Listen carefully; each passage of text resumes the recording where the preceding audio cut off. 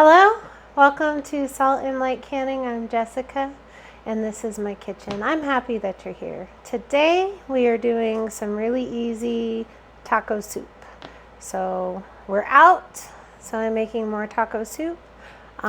This is one of the ones that we really like. So I have already browned about 4 pounds of ground beef and now I'm cutting up some onions. Have my onions in the pot and I'm going to add my ground beef. Anytime you're canning with ground beef or any other kind of ground meat, you're going to want to brown it up first. I also have some little red beans here that I've been soaking. When you're making taco soup, just think of the things that you like in tacos and put that in your soup. So I happen to like corn in my tacos, so I'm going to add some frozen corn.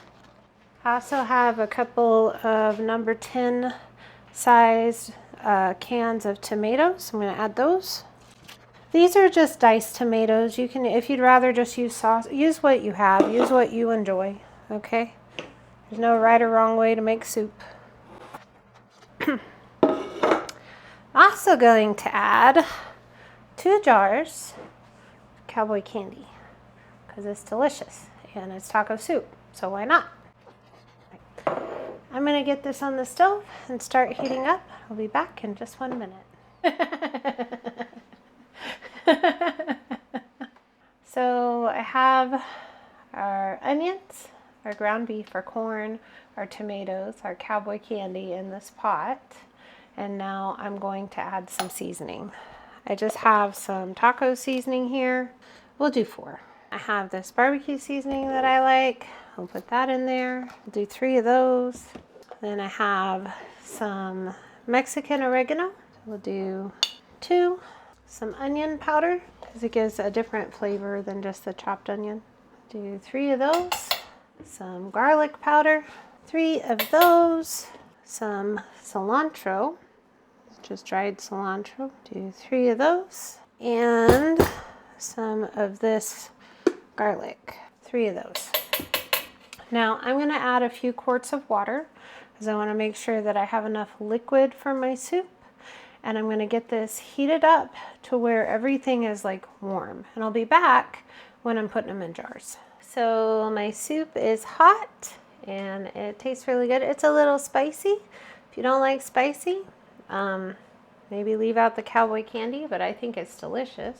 I put soup in pint jars just because it's easier for me to just open a jar at work, or, you know, if my husband and I are having like a simple dinner, I like to take the taco soup and put it like over tortilla chips, maybe add some cheese. It's really, really good, but we'll split a jar that way.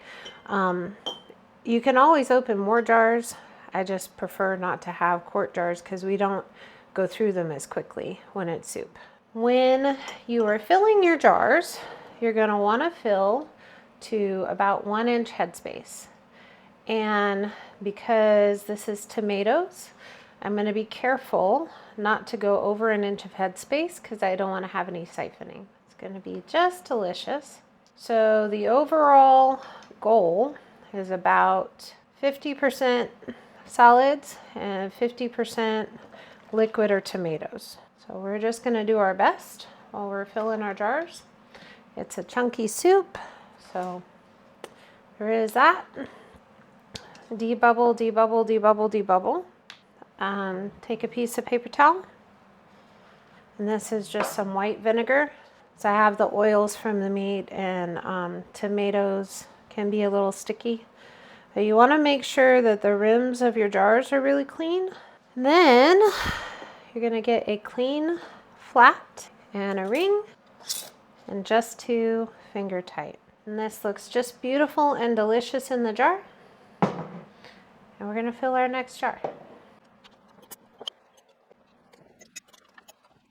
So my canner is full. I have 18 jars in here. I'm going to turn this on. Not on high, okay? When I'm getting my canner like up to temperature, I do just about medium. and that is enough, okay? I'm gonna put the lid on. I'm gonna let this come up to temperature. So first I'm gonna let it vent out of this vent for 10 minutes. That's steady stream of steam out of this vent. I have 3 quarts of water and a splash of vinegar in my canner because that's what my canner takes, is 3 quarts of water. You do not have to put vinegar in if you don't want to. Some people feel that it really tarnishes their rings quickly, so that they don't. But you do you, okay? I put a little vinegar in because that's how I do it.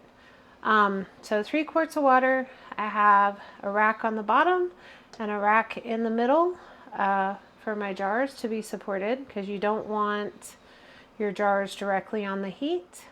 And then after 10 minutes, I'll bring it up to pressure. I'll put my weight on and I'll bring it up to pressure. I have to can at 15 pounds of pressure because of my altitude. Please check your altitude. It might be different. And then we're going to let it process for 1 hour for soup. If you're uncomfortable going an hour and you want to go 75 minutes because there's meat in it, please do what makes you comfortable. But 1 hour is sufficient for soup, okay? And I'll be back when I'm taking them out of the canner. Well, my timer went off and I turned the heat off and let everything come down from pressure slowly. Never, ever, ever, ever, ever rush your pressure canner. Just don't do it, okay? Bad things happen that way. Then when it came completely down from pressure, I took the weight off and I waited a few minutes, and then I just turned the lid a little bit and waited a few minutes, and then I kind of propped the lid open and waited a few minutes, and now I've been waiting with the lid off for a few minutes, and we're going to take them out. Just go slow anytime you're pressure canning anything. So here we go.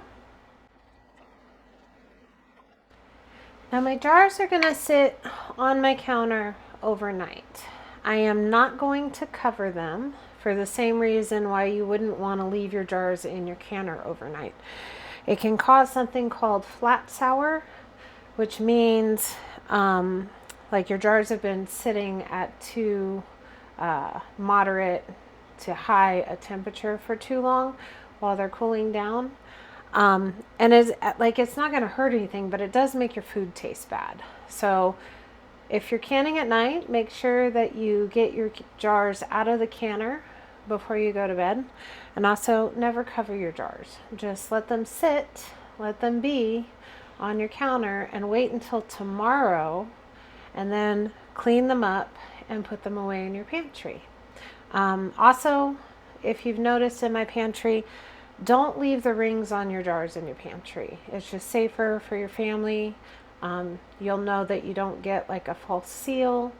So it's just better if you don't. Just be careful. You know, canning is still food preservation. And while I take a very relaxed stance to it, it's because I know what I'm doing is safe, okay?